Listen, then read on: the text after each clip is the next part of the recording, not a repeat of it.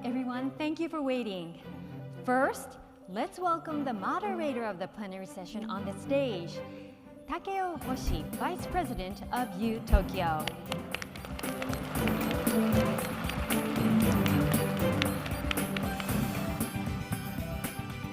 Now, Vice President Hoshi is also a professor of economics and director of Tokyo College.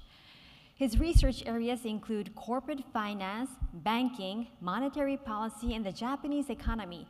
His past affiliations include Stanford University and University of California, San Diego. So, Professor Hoshi, the floor is yours.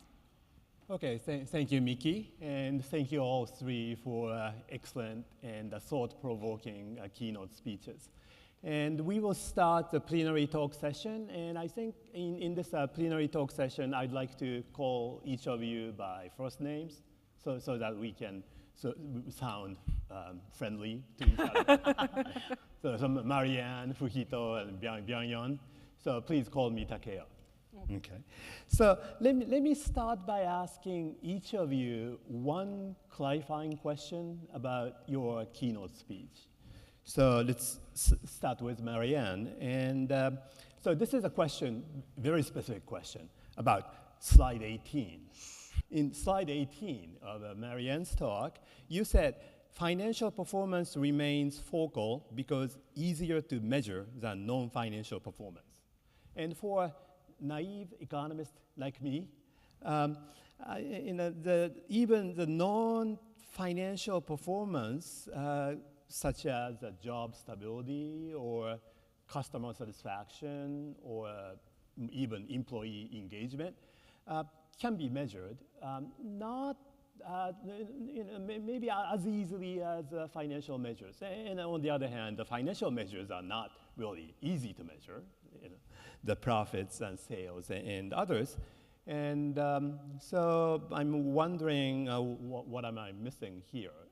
And as Chairman Che mentioned, SK Group is already measuring those non-financial measures, non-financial performance as well. Right? So if you can elaborate. Yeah, I'm not sure you're missing something. I think we have a clear definition. I think a fairly clear definition of what financial performance means. Job stability, yeah, I agree this should be something that we care about when we think about the workers. I can come up with like probably 20 different ways I can measure job stability. So that's the thing that I meant. And you know, kind of going back to another, I don't remember the number of the slides, but there's been a massive enterprise to try to put together ESG ratings for firm. And as I briefly alluded to, I think there are like maybe 3 or 4 big providers of ESG ratings, trying to measure the environmental impact, the social impact, and the governance of various firms. There's essentially no correlation between those ratings. So they disagree. They are uncorrelated, yeah. Right? So that, to me, that tells me something. It doesn't mean that we can't improve on it, but I think we have gone way further in terms of measuring financial performance than the non-financial ones. That's all I meant. Okay, thanks. For Fuhito, my question is about your slide 8. Okay. So that's very specific. And you say a market design works backward from a desired allocation. Right? You had this figure from a desired allocation to the institutions. But if we knew the desired allocation, then why don't we just achieve that? Why do we need elaborate market mechanism? Can't we just achieve that through planning or what Byung-Yeon called AI socialism? That's a great question indeed. So it's very important to clarify this point, actually. So the answer is basically that the social planner, let's say government or whoever designing the institutions, does not necessarily have that knowledge about what the desirable allocation is actually. So let's just give and that is because what is desirable in the social context really depends on what people like, basically. So, for example, let's take this example of high school, like from my talk. So, if the government really knows which school is best for you and so on, then the government can just tell which student goes where. Yeah. Maybe the old-fashioned neighborhood allocation could be something similar to it.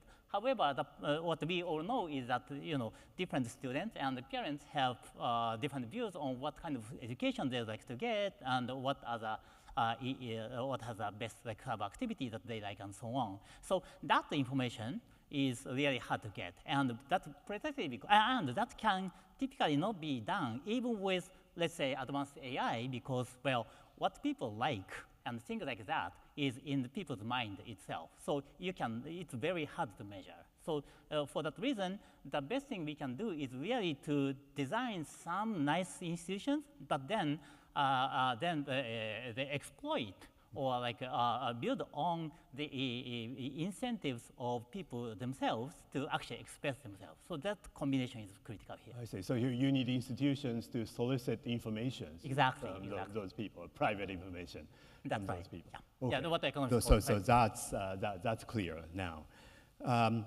So Byung-Yeon, my question is about slide 3, which is already here. It's amazing. Okay. You argue the track record for repair kit for the capitalism is not impressive. And you mentioned some examples like fiscal redistribution and so on. But there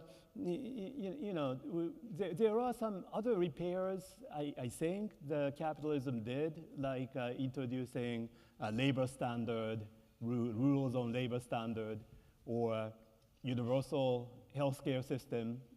All the advanced countries have one except for one country. So I think there are some good track record for repairing the capitalism. But what do you think? Right, okay. Well, thank you so much for elaborating my question. Actually, when I talked about the repair kits, basically do not touch the fundamental elements of capitalism. Just utilize markets, for example, to deal with, say, climate change. So carbon emission markets, for example. But we found that that is some help, but not entirely satisfactory, okay? Second one I said is that income polarization, okay? People say that let's tax on the wealth, okay? Increase tax rates, and then redistribute this to the poor, okay? That can deal with income inequality. But in the age of globalization, that has lost a lot of effectiveness. How about the others? Okay, well, universal healthcare system, I would call this not repair, but perhaps, okay, as part of welfare system is kind of reform, okay? In that regard, I think it's reform rather than repair. Repair means, I think, markets are everything, okay? This kind of mentality, okay, is repair. Also, fiscal policy or government policies, okay? Fiscal policy, monetary policy can deal with all the problems. That is, I think, repair. But that kind of repair kits, well, have not resulted in very good results. That is my argument. I see. So now I understand your point. Repair and reform are different. And you're saying we need to reform capitalism, and the track record for just repairing. It has not been working. Right. So that's very good. So I think all of these 3 keynotes speeches build a nice starting point for the discussion on rethinking capitalism for 2 days, starting today. And so to start our discussion in this plenary talk, let me summarize. So the slide is already there. It's amazing. The staff members here are doing a great job. Let me start by summarize key takeaways that I got from each of these talks in one phrase. So for Marianne's talk, I say the key message was contain capitalism. The capitalism is going too far. And the capitalism is now influencing or the capturing the government, and the government is helping the capitalists to even go further and creating a problem. So the solution is we want to somehow contain capitalism, and by, for example, restoring the trust in the government, even though you mentioned it's not clear how we do that. Okay, so that's my takeaway from Marianne's talk, and from Fuhito's talk. I think here what I'm doing is obviously an exaggeration to start a discussion among ourselves. So Marianne said contain the capitalism. I would say the Fuhito recommended expanding capitalism by expanding a market or creating or designing market-like institutions where the usual market doesn't work. Okay. So that's a key takeaway from, maybe unfair takeaway from your speech. And Byung-Yeon, I think you go deeper. Right? The capitalism, it's not about restricting the capitalism or expanding the capitalism, but we completely reform capitalism. Repairment is not enough. And I said rebuild. And you want to rebuild capitalism on the healthy culture. And you focused on the Smithian sympathy, which is the ability to observe and restrain individual actions from the perspective of the others. So I'm curious how each of you find this, maybe exaggerating takeaways or the characterization of your talk. Well, starting with Marianne. Yeah, I'm happy to say. I think it's a reasonable, Okay. one sentence summary. I think the one thing that I would add is that, building on what you said, how do we kind of restore the trust in government that would be needed to address market failures, move back to, a government that, is willing to kind of redistribute and increase, opportunities for people that may not be as wealthy. Is that I had a couple of remaining slides that were saying, on the margins, there are other things that are happening that are, I think, moving us in the direction of, say, enabling people that have money to ask that their money be managed in a way that, reflects maybe the sympathy or the caring for the others, and that the capitalist kind of structures that we have in place right now are not well suited for investors that want to do more than just maximizing profits to do that. And I think this is a concrete area worth taking some steps. But I'm skeptical that in itself is enough. So hence, I think your summary is probably the main takeaway. Okay, Fuhito?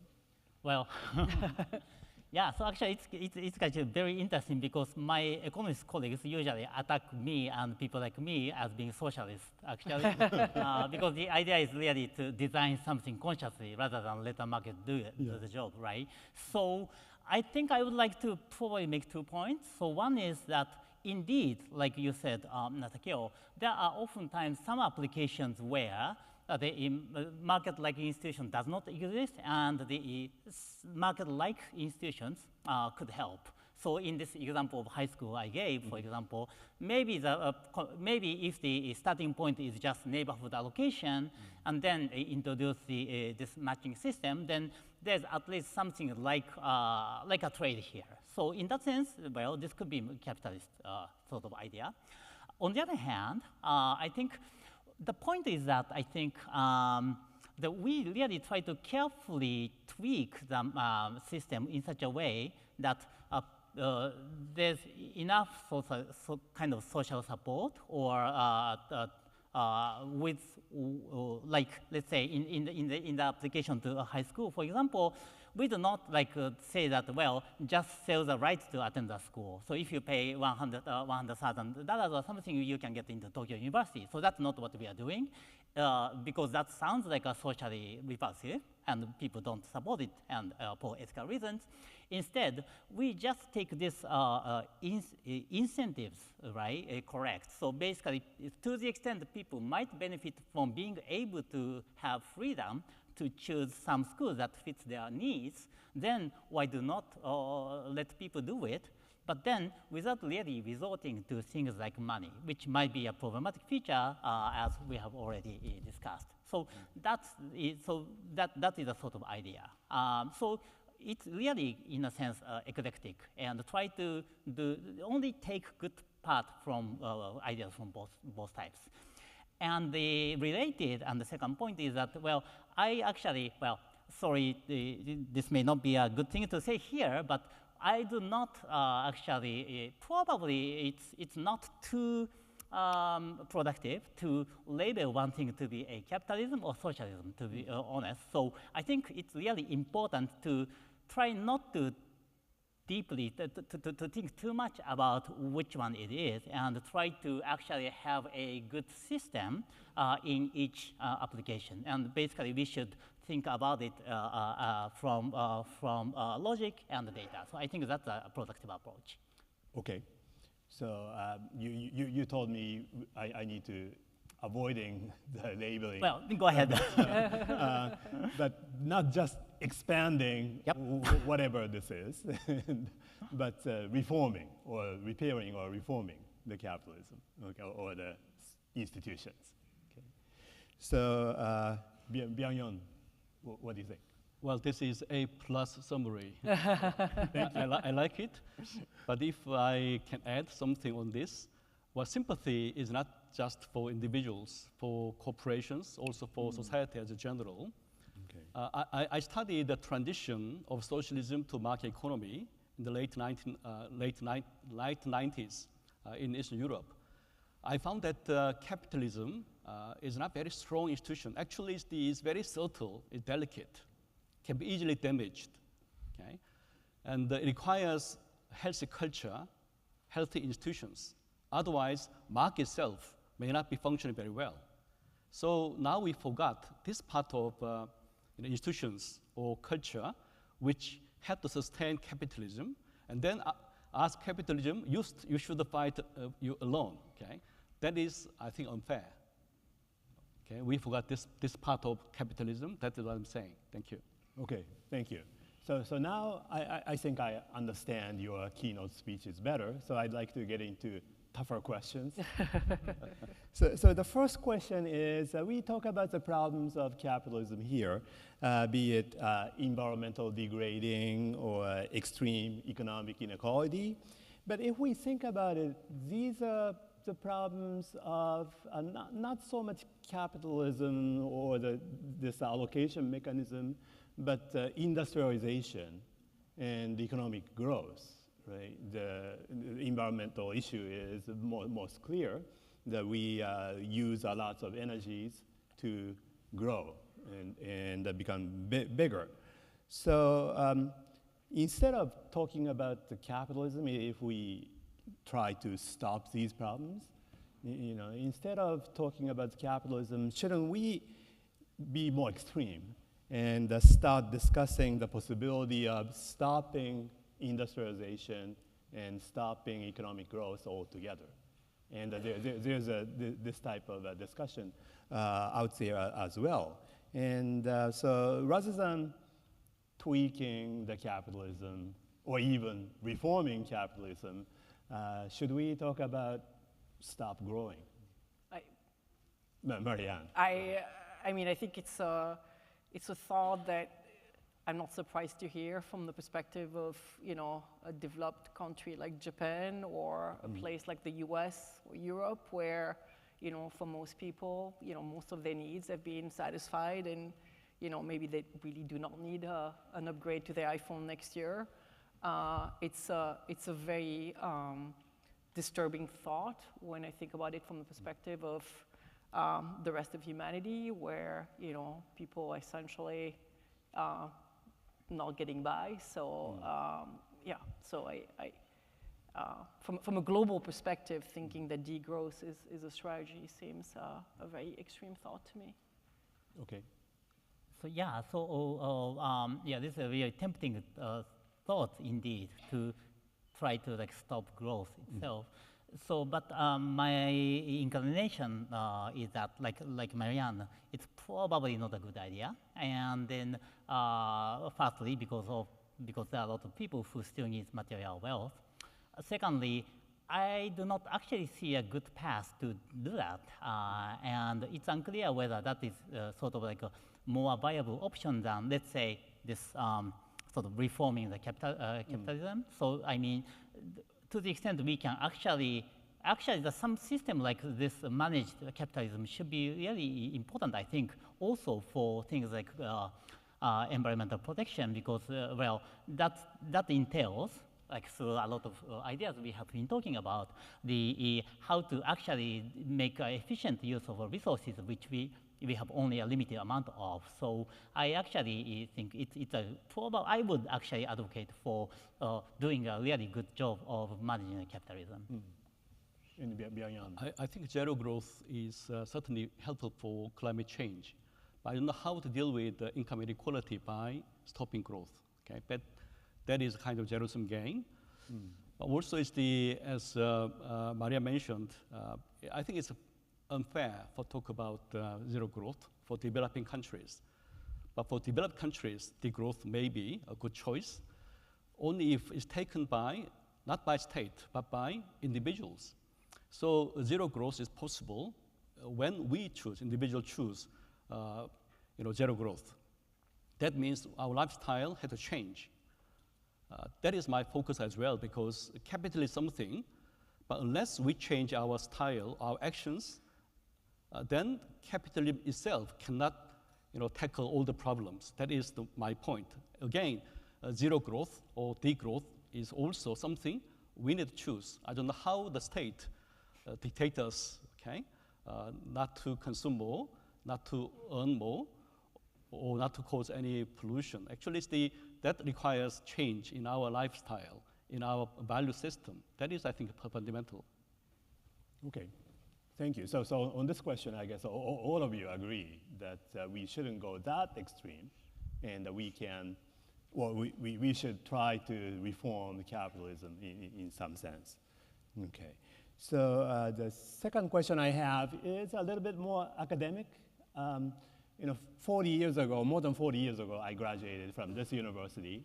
And back then, although I wasn't technically in Department of Economics, but the Department of Economics has a lot of Marxist economists who had a little bit different ideas from usual, easier economics.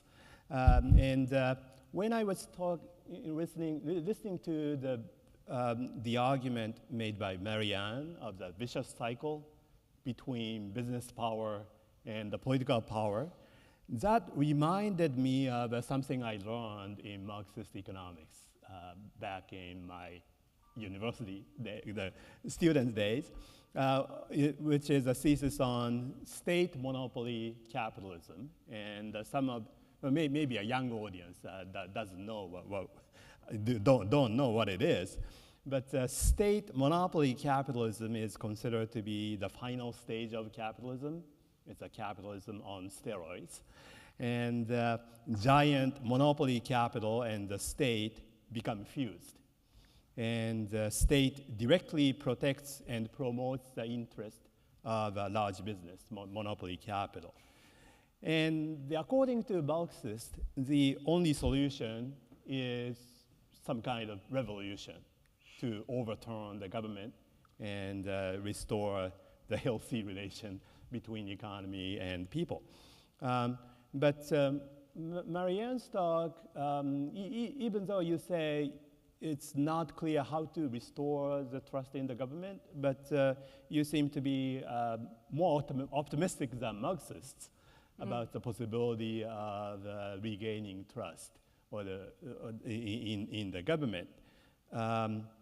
The Fuhito and Byung-Yeon, I guess you are more optimistic about the role of the government, or compared with a Marxist, or compared with the neoclassical or classical economists too. And that's interesting. Both right and left in extreme agrees on the distrust on the government, or the current government. But what do you think? Isn't it too optimistic to rely on the government, or would you say in Japan and Korea situations are a little bit different? Go first. Okay, since Yeah.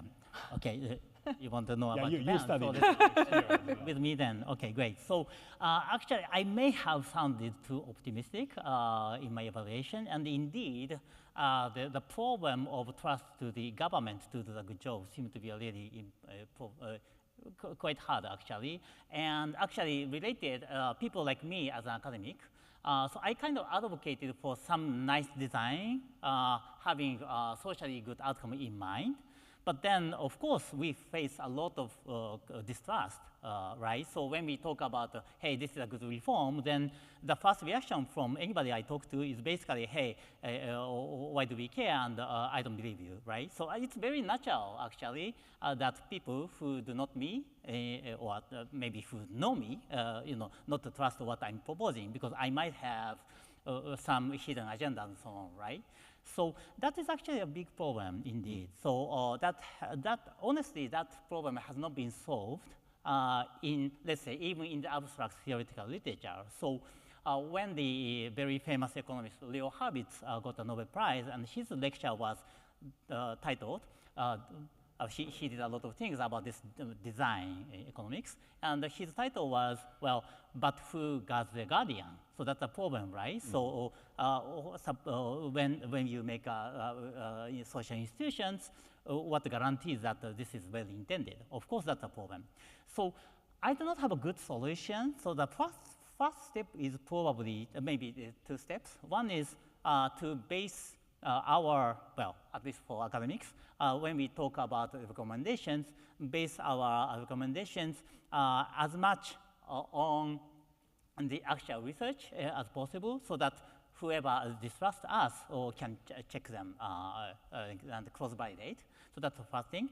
And secondly, people who are interested in changing the social system should actually engage in conversation in a very serious manner. So we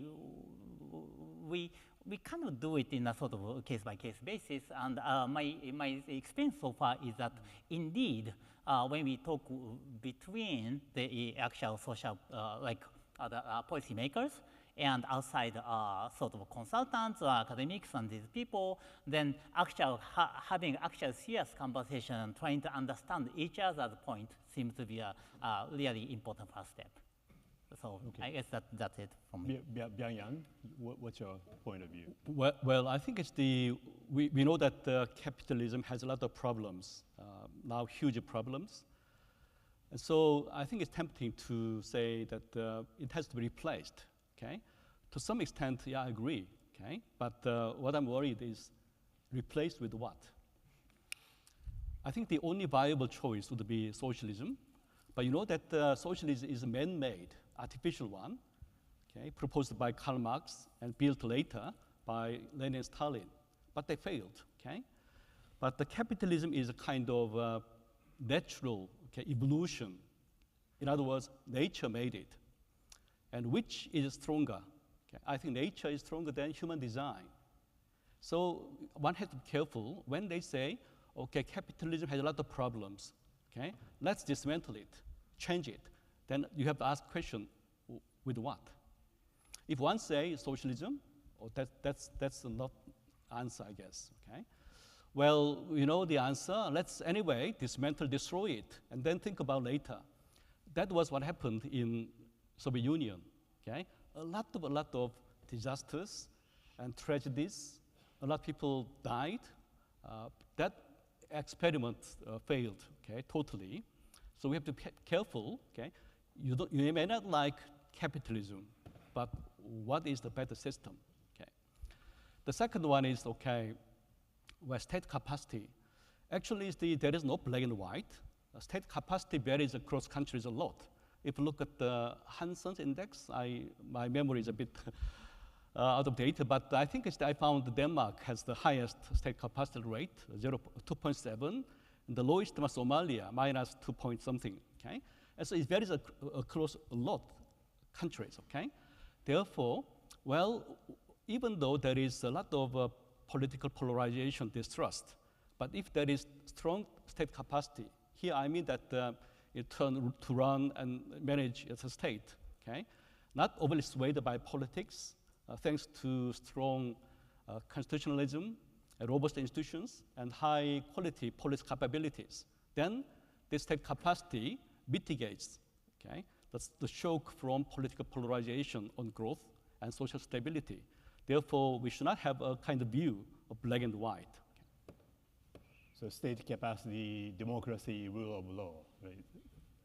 Yeah, you started with Marx, and I must say that I was not a student here, so I've not studied Marx very carefully.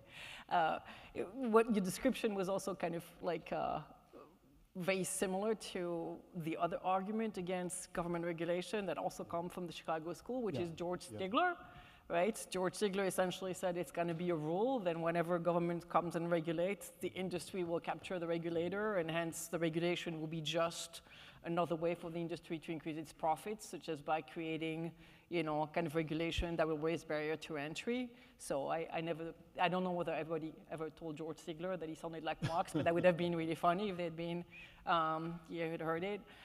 Going back to this point about, you know, I tried to allude to that in the slides, and this point about state capacity and increasing trust in government, I do believe that we are underinvesting in our public servants. Again, I don't know much, I don't know anything about Japan, but I know some about the US. I mean, the differences in compensation between working in the private sector or working in the public sector are massive.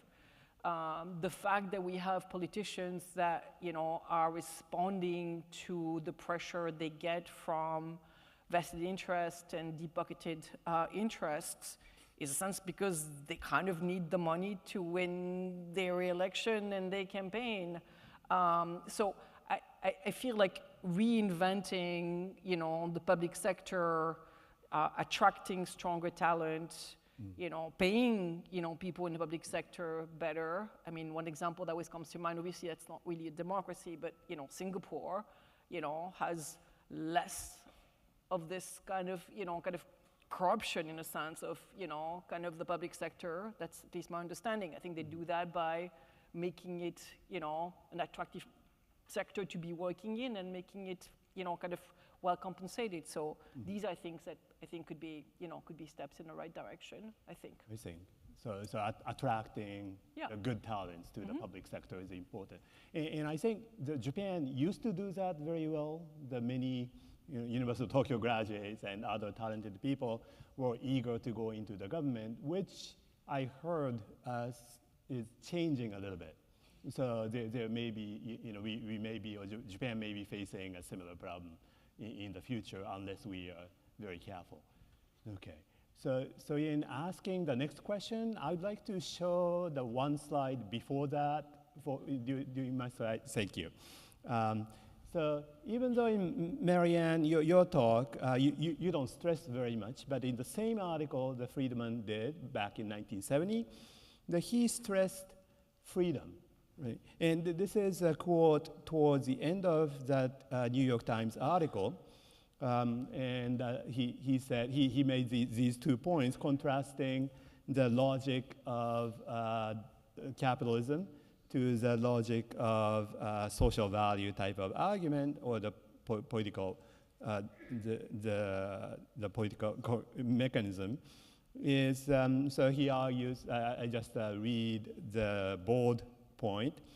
So he argued there are no social values and no social responsibility in any sense other than the shared values and responsibilities of individuals. And on the other hand, the forcing the conformity is a dangerous thing. The individual must serve more general social interest, whether that be determined by church or dictator or majority. And this is a point he argues against. So I think the one important reason why Friedman objected to the idea of asking corporations to be socially responsible in this articles and more in general, different type of capitalism is that this type in revising or reforming the capitalism in this way ends up suppressing the economic freedom.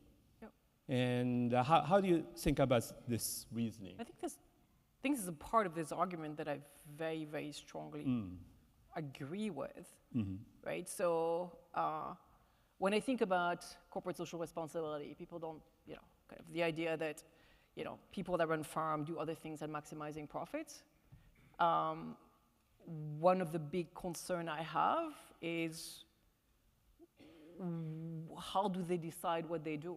Right, so when I teach stuff to my MBA student, I have, the example of like a corporation that the CEO of the corporation decides that, the opera is the thing that we need for a more harmonious society, and that we're going to spend some of the corporate resources on funding kind of more symphonies. That is highly problematic because we haven't voted these CEOs into power. We, as as a society, as voters, should be deciding what we spend these resources on, not the people that run, not the people that run the corporation. And if the CEOs that run the corporation are the one that decides for us, what the social objective would be like, that's kind of a form of coercion. So there's certainly a view of corporate social responsibility that is simply a reflection of an agency problem where the CEOs essentially run the show and steal the money from the workers or the shareholders and spend them on whatever they care about, and that is scary. I did not elect Elon Musk or Mark Zuckerberg to decide what our societal goals should be like. So that is suppressing freedom as well.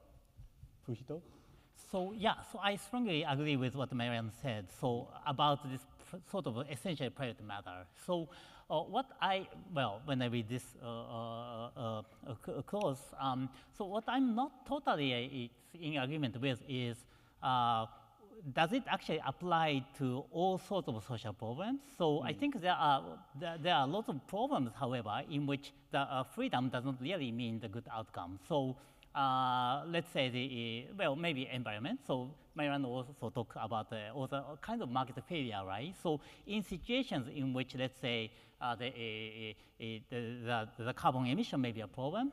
So if each company has freedom to emit as much carbon as possible, of course, they might have freedom and maybe choosing the best thing for itself, but it doesn't mean that, it could mean that a lot of emissions. So I think this sort of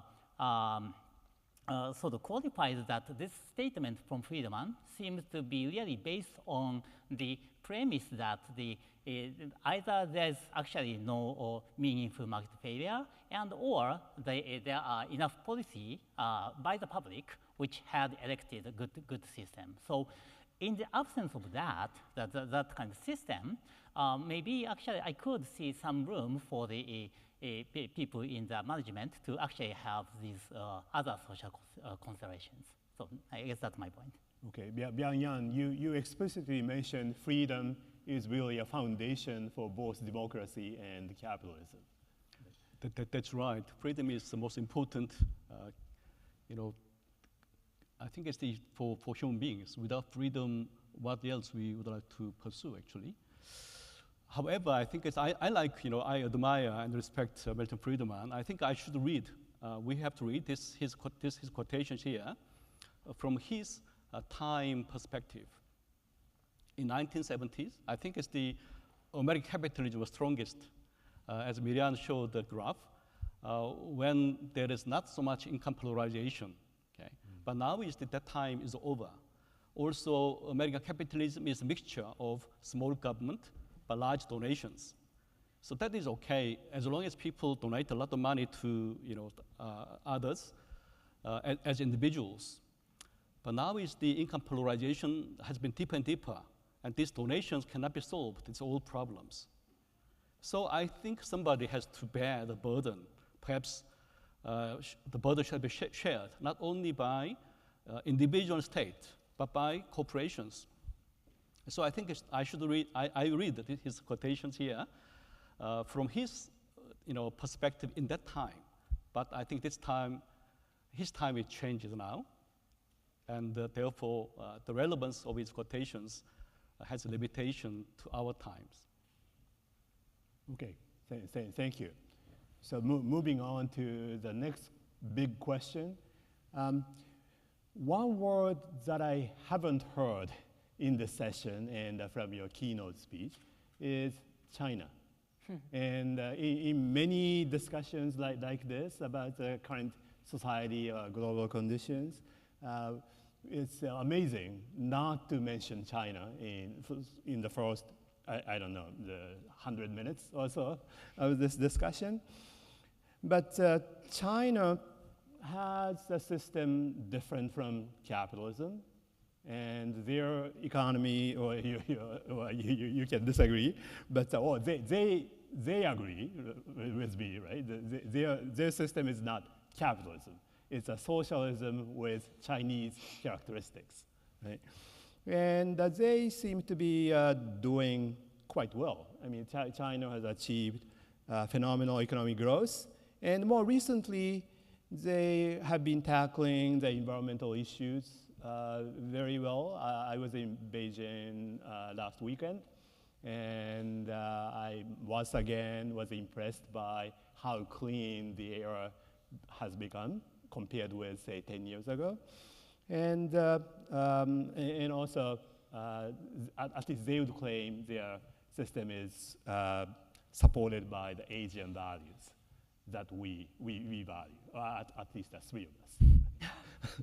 So is Chinese socialism, or if I have to use the right word currently in China, Xi Jinping's thought on socialism with Chinese characteristics in a new era, can that be the solution going forward? I mean, it didn't exist back in 1970 when Milton Friedman talked about these, but can China provide a solution for a reformed capitalism or socialism? I don't know, but reformed system for a more better economic system.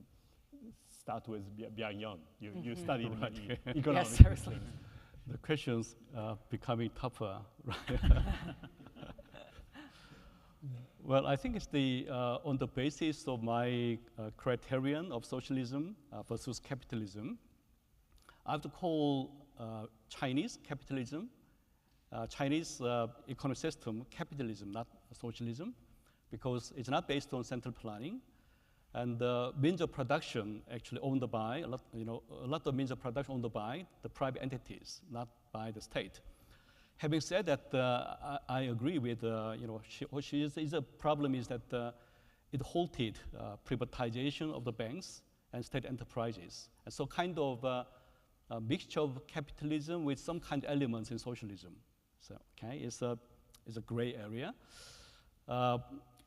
I think more important thing is that this capitalism, Chinese-style capitalism, was combined with authoritarian regime.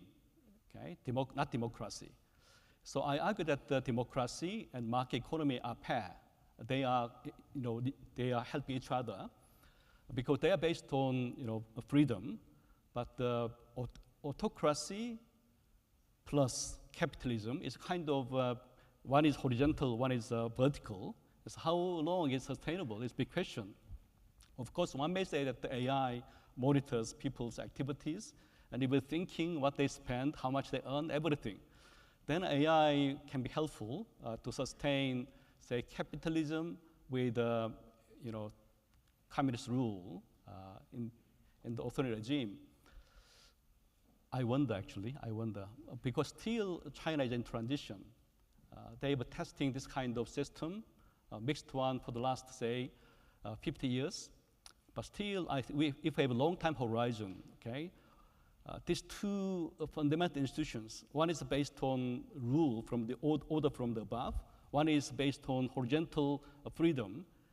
This combination, I don't know whether it's sustainable for a long time. So the system has not been tested against time or history long enough. Okay, and so I'm a bit optimistic about change. I really don't know much. I Marianne. really don't know much about China. The one thing I will mention is that when I was in grad school, Janos Kornai was, you know, kind of the person teaching economic history, and you know, Kornai had this view that there was no way that, you know, kind of China could, you know, build a capitalist institution and remain an autocracy, and that there would be a move towards democracy, and you know, clearly that is, you know, that has not happened. So.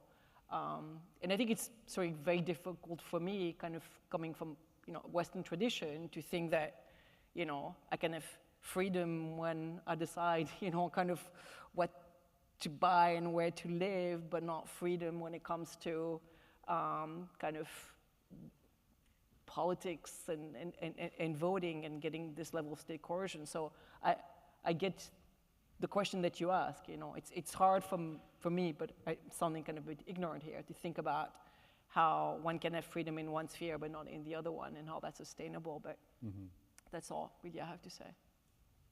Fuhito? So, well, I actually know even less than Marianne knows, because I don't have Janusz as my colleagues.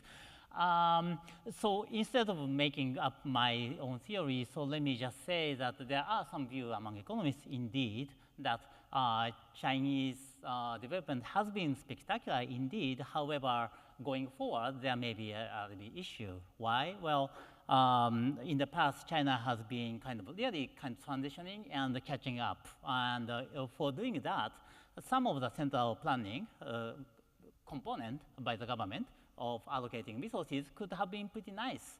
However, in the technological frontier, so let's say China may be close to or on the frontier now, new ideas are oftentimes very risky, and then having enough freedom for trying out new ideas, and sometimes fail, and then sometimes the challenge the received wisdom might be quite important. And in the absence of freedom of this experimentation and thoughts, expanding the technological frontier and the economy might be a little bit more difficult. So that's what I heard from more expert people here in the field. Okay, great. And I think we still have time for one more question. So I'd like to go back to the Japanese tradition of economics, or the past economics practiced in University of Tokyo, this time 80 years ago or 90 years ago. And I'd like to show this slide on the screen. And so my point is the idea and attempt to correct capitalism using Asian values, just for shorthand, it's not new. And in the pre-war Japan, for example, there was something called imperial way economics that was dominant economic thought at the University of Tokyo at one point.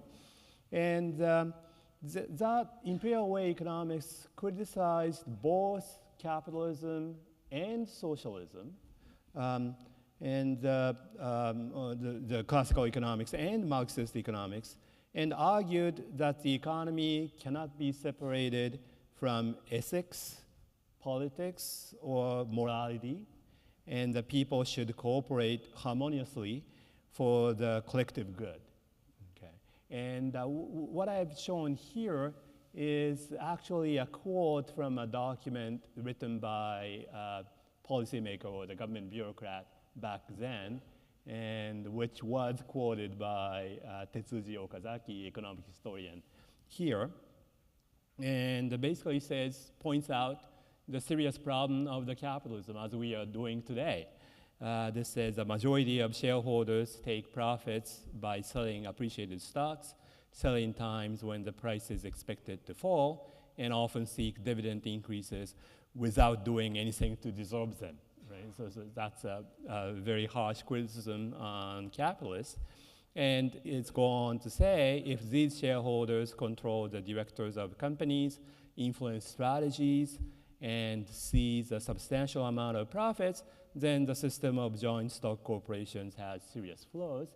And then the Japanese government went on and tried to implement better mechanism for better economic system, and they did pretty well in achieving the changing the capitalism in Japan. But unfortunately, back then, the imperial economics ended up justifying the Japanese aggression and wartime mobilization. But my question is, was it just a luck, or is the idea itself? If you separate this idea from the history, what actually happened in Japan, which was unfortunate, is this type of idea still worth exploring even today? So let's start from Fuhito. You didn't study imperial way. That was not in my curriculum here in Tokyo. I didn't either. Yeah. So yeah, given what happened to Japan a couple of years after this, I feel it's a little bit risky to really be excited about this idea. Although, well, it's quite enticing indeed. So I think there are lots of possibly good ideas, right? So maybe thinking about these other issues than just maximizing shareholder values might be sort of nice for the sustaining cohesion in the society, and maybe even increasing the trust in the institutions, including governments, perhaps.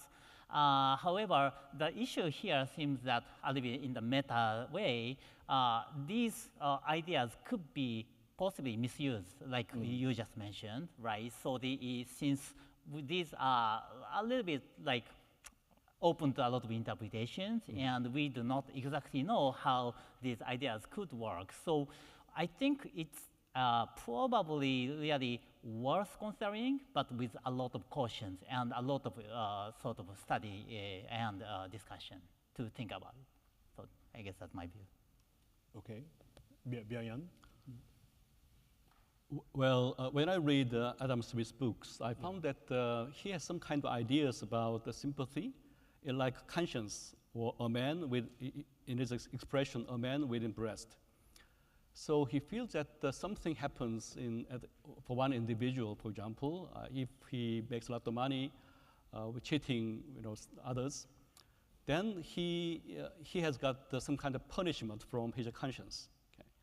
Or from public opinion, or even from punishment from God. Okay? And that kind of some image is inside his mind when I read his books. So I think the best one is that not the state regulates his activities strongly by, say, we have, say, Japanese value or Korean value of capitalism or democracy. I always take this kind of a country's value, okay, before capitalism and democracy. My warning, starts. Okay, this is something I have to be careful. Okay, so I don't think any Japanese value, Korean value, capitalism or democracy. Actually, democracy is universal, and capitalism is also universal. Universal in that, we should have sympathy, as I emphasized. If the state intervenes, it should be careful because it can distort, okay, the original capitalism or democracy for their profits and for their interests. So perhaps the best one is actually the arm's length policy. Okay? The state has to intervene, but it should have a distance from individual entities. Otherwise, if this is too much entangled, that creates a kind of pseudo-capitalism or pseudo-democracy, which is, I think, very dangerous. Marianne? I really just don't know much about, the period in time. Yeah, nobody knows about very much. So I know that, fine. I think the one thing I was thinking about as you were talking, and, kind of values, really important. So I teach MBA students, and it's just remarkable. You put them into difficult situation where this, scenarios, you can make money, but that would be, creating some people would hurt. It's strikingly different willingness to harm in pursuit of profits based on, you know, people's religion, you know, the value system that, you know, that they grew up with. Maybe none of this is surprising, but I guess what I'm trying to say there is that I think business schools, I think have, in the US at least, I think have failed a lot of generations of students by, you know, kind of maybe teaching some of these principles without, you know, kind of reasserting the importance of like just being a good human being. I think that there's been progress in that dimension, and I'm happy to report that. I think the other thing that, and I'm sorry, I have a very, again, US-centric perspective. I think the other pressure that I think lots of young people have that sometimes lead them to make the kind of decision that will bring money to them but will create so much harm on the other side is because they are in so much like student debt that, you know, they kind of have to pay the bills. And that system of a very expensive education system does not help in getting young people as they start their life in business, kind of getting their priorities right. So, I don't know, maybe that resonates with like, you know, sympathy and some of the arguments that you were making. Okay, thank you. So now we have 3 minutes left. So we're wrapping this up. Questions coming. But at the conclusion of the discussion, I'd like you to spend 1 minute each to repeat or make a recommendation to improve the capitalism and also speculate if it is likely to happen. Start from Marianne. Beyond the one sentence that you had before? Yes. Well, I mean. No, could be one sentence. I believe that, I certainly believe that, you know, capitalism gets a lot of things right, and lots of people's needs have been addressed, and life have gotten longer, and people live, you know, healthier and better lives. And I think in big part, the market system is allowed that. I think that, you know, we are at a stage though where the imbalances in the kind of resources people start their life with because they inherit, you know, wealth or no wealth from their parents are such that a lot of people just don't have a chance to be able to flourish in this economic system, and that can only be addressed by, you know, trying to, you know, kind of change the redistribution system. And I think the one thing that we've not talked a lot about, but that you did, which is, you know, the difficulty of, you know, kind of taxing the rich, taxing the ultra-rich in an environment where, you know, kind of money can flow to many other parts of the world without some kind of a global tax system, a global authority, is going to be tricky. But I feel like that's what we need to be able to kind of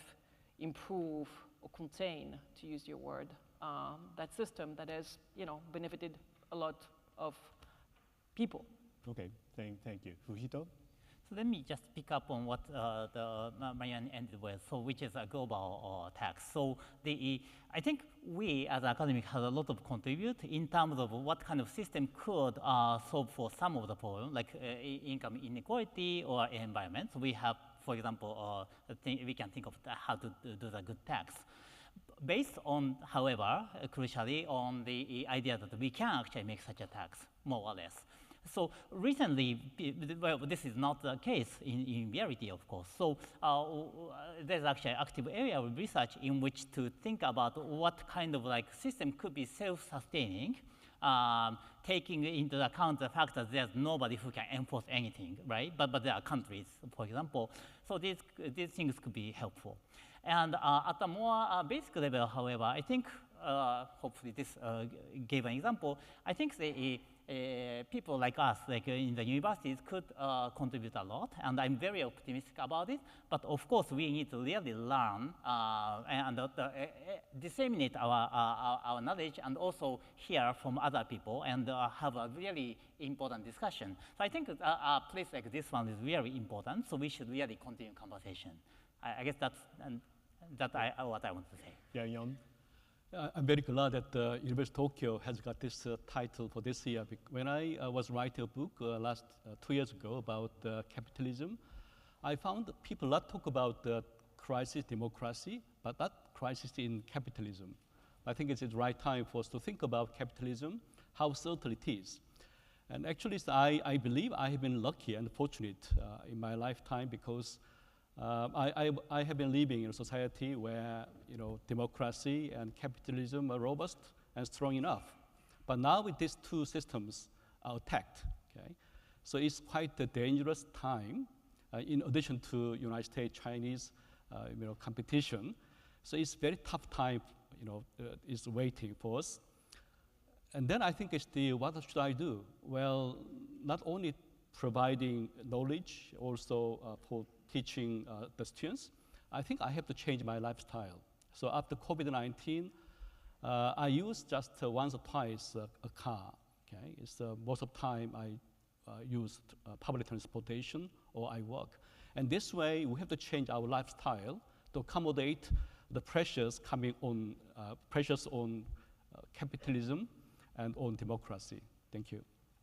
Well, thank you all for the very lively discussion. And this concludes the plenary talk. And let me hand this back to Miki. All right, congratulations, Professor Hoshi, and all the keynote speakers. Contain, expand, rebuild capitalism. It was an extremely interesting conversation from different perspectives, and I'm sure this forum will build upon your conversation over the next 2 days. So thank you very much for setting the stage for this year's forum. Please give them another round of applause.